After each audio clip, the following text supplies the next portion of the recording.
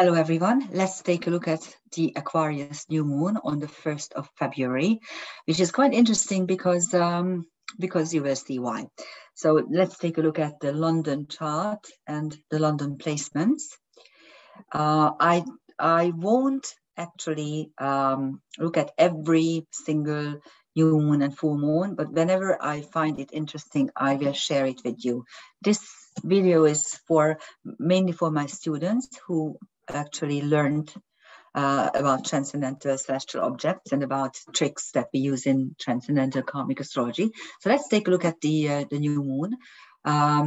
And two features are immediately obvious. There's a huge stellium in Capricorn and another one in Aquarius, not as huge as in the one in Capricorn. Normally, we say that stelliums are made of at least 3 planets, and the asteroids are not really counting. But here you can see that in Aquarius you have the Sun, Moon, and Saturn, and in Capricorn you have Mars, Venus, Mercury retrograde, and Pluto. And there are some asteroids also in it. What is immediately obvious in the Capricorn stellium is that it starts with Mars, with the Mars energy. Venus is already direct, exactly conjunct Vesta. So you can focus on your own well-being, harmony, love, money, money-making faculties, and so on. While Mercury is still retrograde, and there's still a Mercury-Pluto conjunction, of course, and Juno is energetic. It's at the very, very end of the stellium. And as for the new moon energy, it is squashed between Astrea, the karma breaker, and Saturn, the lord of karma. So those are the most important features. And then everything is below the horizon, of course, in the London chart. But it varies depending on where you spend your new moon. So here's the London space-time at 5:46 a.m. So if you want to do a little new moon magic, you need to get up quite early for the London time. And of course, new moons are new beginnings, and they are potentials for growth and for enthusiasm and renewal. That all is important. And Aquarius is a sign where ideas and thoughts can be renewed. Now, if you look at this chart, what springs immediately to our mind, and this is what I also read, I usually read what other astrologers say about placements, and someone mentioned that this new moon, in this new moon, Saturn is squaring Uranus, barely, but I think it's a separating square.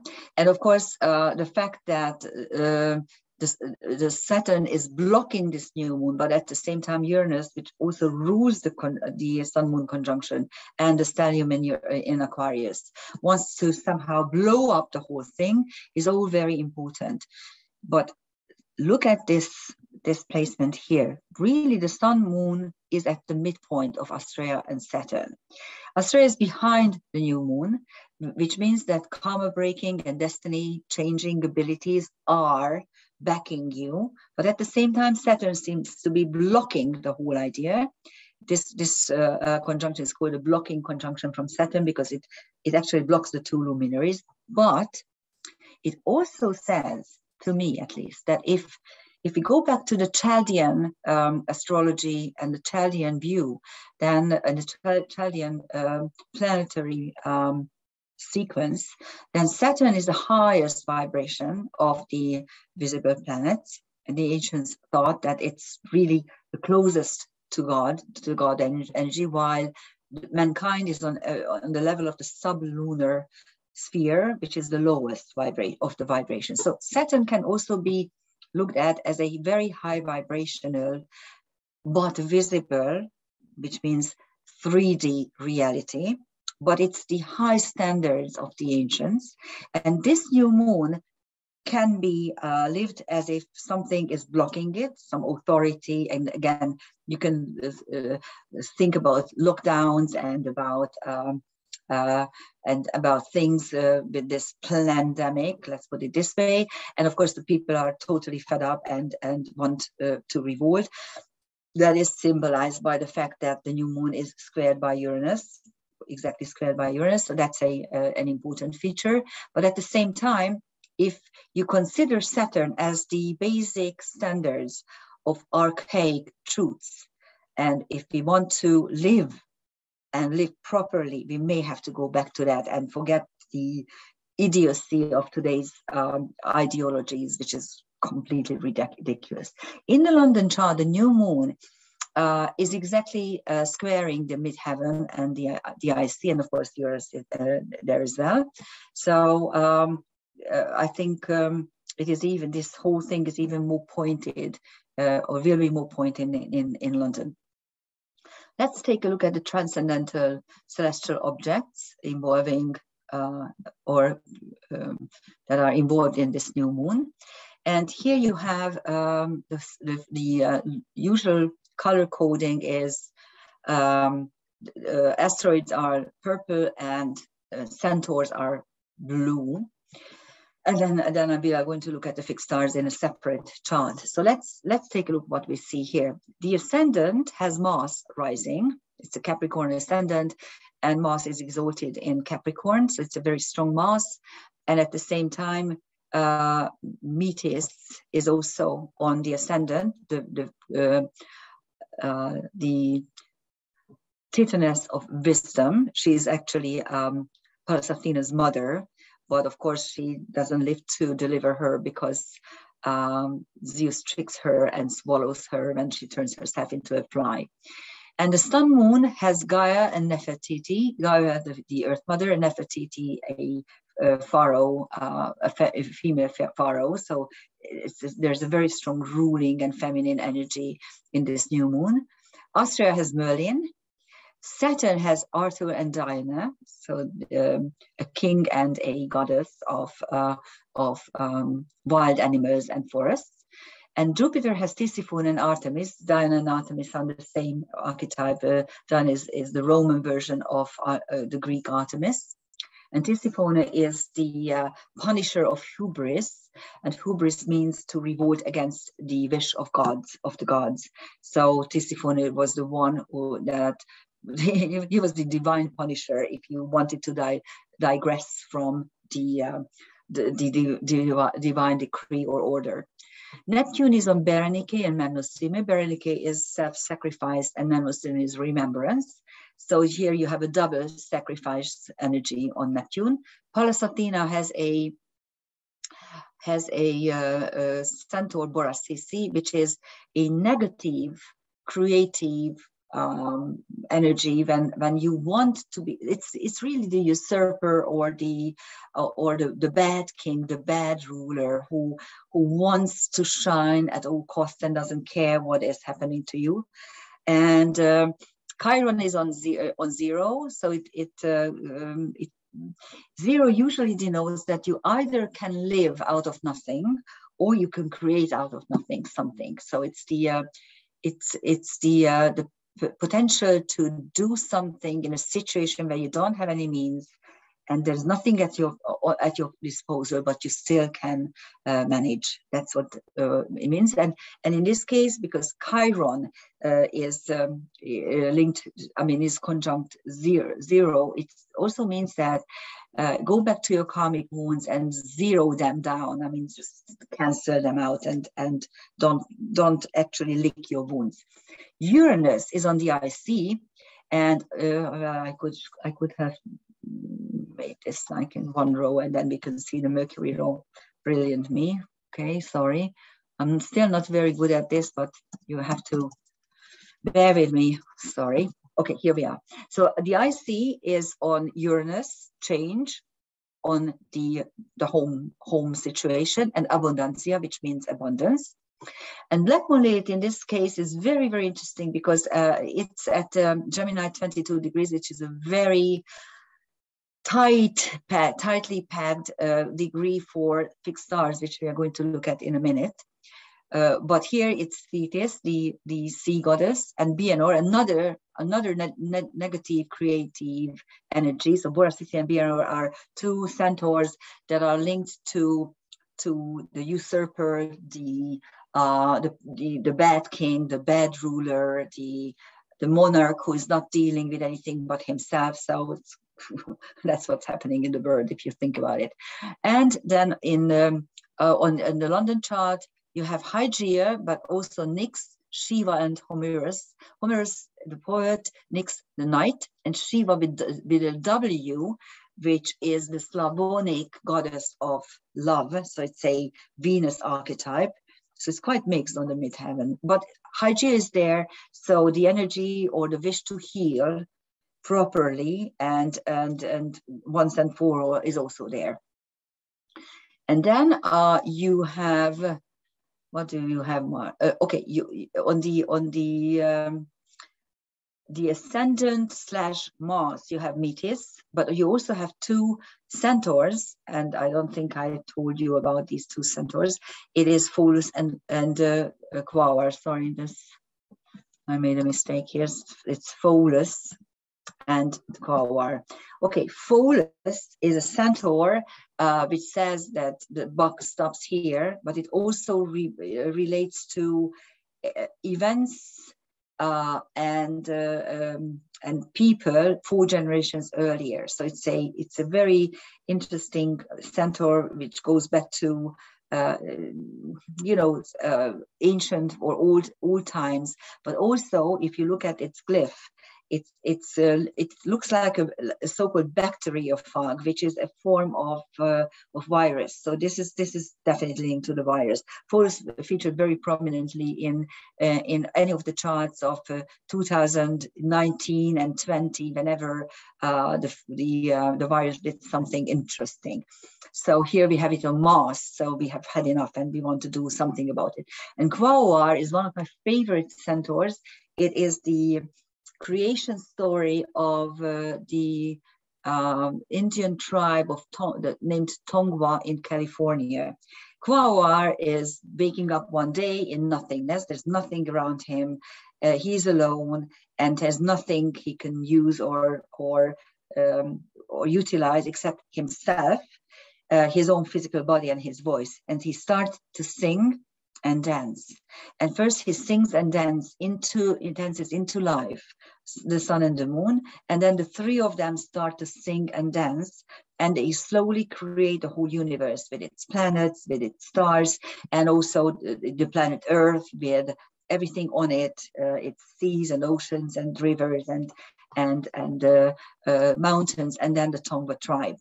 So this centaur is linked to the ability to create with artistic endeavors and with a sense of easiness and love and this type of easy creation. But of course, it usually, if you create easily, you get a lot of envious people. So it's usually linked to karmic issues where you were able to create something happily and abundantly, but you had people who wanted to destroy you, and the karma is usually linked to that.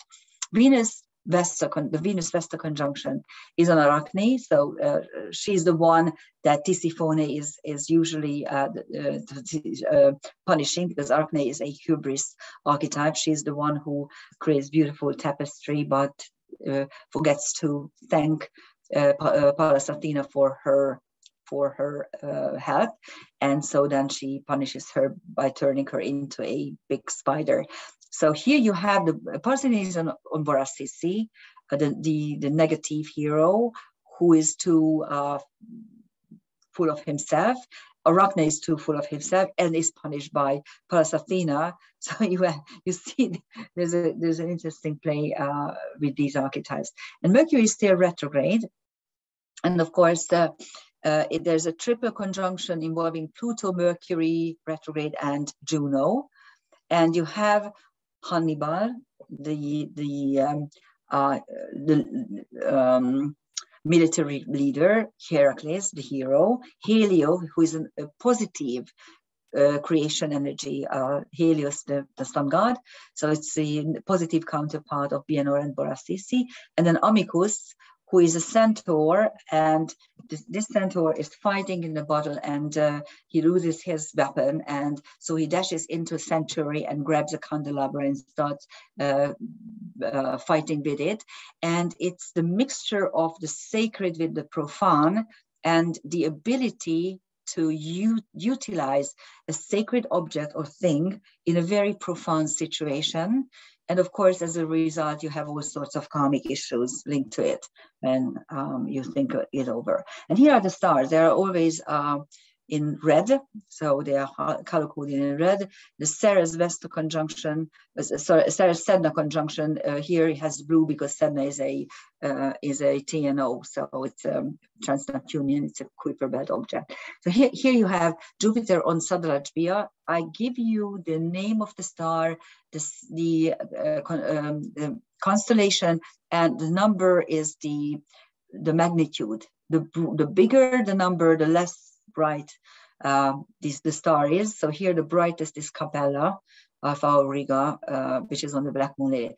So this is what we have. I didn't put here Andromeda Galaxy on the asteroid lid, but we have the asteroid lid getting aligned with the Andromeda Galaxy in the next couple of days.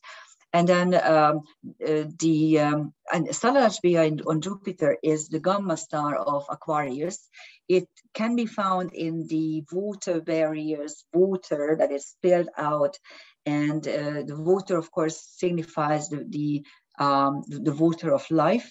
And so this is a life-giving star. It's linked to the third dimension, but at the same time, some sort of life-giving happiness and luck is linked to it.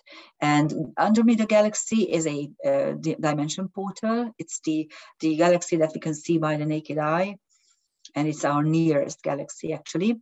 And Ceres Sedna is still on the Pleiades. You have heard about this many times in the last couple of weeks. I mentioned it many times. It's the home. The whole Pleiades is the home of the Creator Goddess. And the black moon is interesting because we have 5 famous and bright stars on the black moon. And the black moon in the Lilith story or Lilith myth signifies the moment when Lilith, who is in exile, realizes somehow by clairvoyance or by some other faculty that Eve has been created, manufactured. Actually, she's not created, she's manufactured, but she needs to teach. So she needs to go back to teach her some things. So she goes back to the Garden of Eden in the form of a serpent and teaches her, what to do and how to do stuff. And this black moon, which signifies bravery, stamina, endurance, to do the right thing, to do the best thing, and at the same time clairvoyance. So looking into the situation, understanding its bearings, is now on 5 bright stars. Capella is Alpha Auriga, and it is linked to freedom and movement and the ability to move freely. This is what we are hoping for. Vogt is Alpha Columba, which is the alpha star of the celestial dove, and the dove is a symbol of peace. So this is a star, a word, a high dimensional word that is linked to peace and peacemaking. Hopefully it will create peace here in our backyard. And I hope that you guys, if you listen to this, dear Americans, please leave us alone. Please don't police us. Please mind your own business and deal with your own stuff, okay? Just don't, please, we don't ask you to do anything, okay? Just leave us here in Central Europe alone and look at your own stuff and try to put it in order, okay? We don't need your help, especially not your weaponry help, okay? Bellatrix is Gamma Orion, the third brightest star in the constellation Orion, and it is linked to success, which is coming from the shadow or achieved through the shadow. So something linked to a behavior pattern linked to staying away and staying outside the either the norm or the limelight. Mintaka is one of the belt stars. All three belt stars are on the celestial equator, symbolizing a divine balance and the wish of the gods. Mintaka is the brightest of the three, and Elnat is the beta star of Taurus. In the whole constellation Taurus is linked, of course, to the Mithras cult and also to creativity and Taurian energy in every sense. The Alpha star is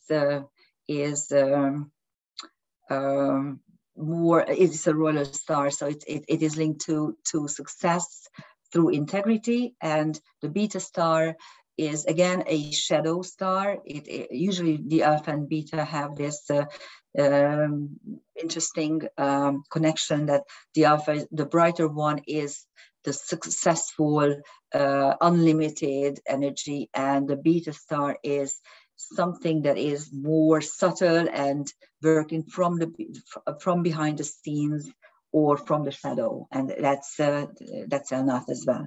So this is it for the Aquarius new moon. I hope this helped. I hope if you want to do a little magic, a new moon magic, all sorts of things that require either ideas or ideology or thinking or mental creation can be started. You can actually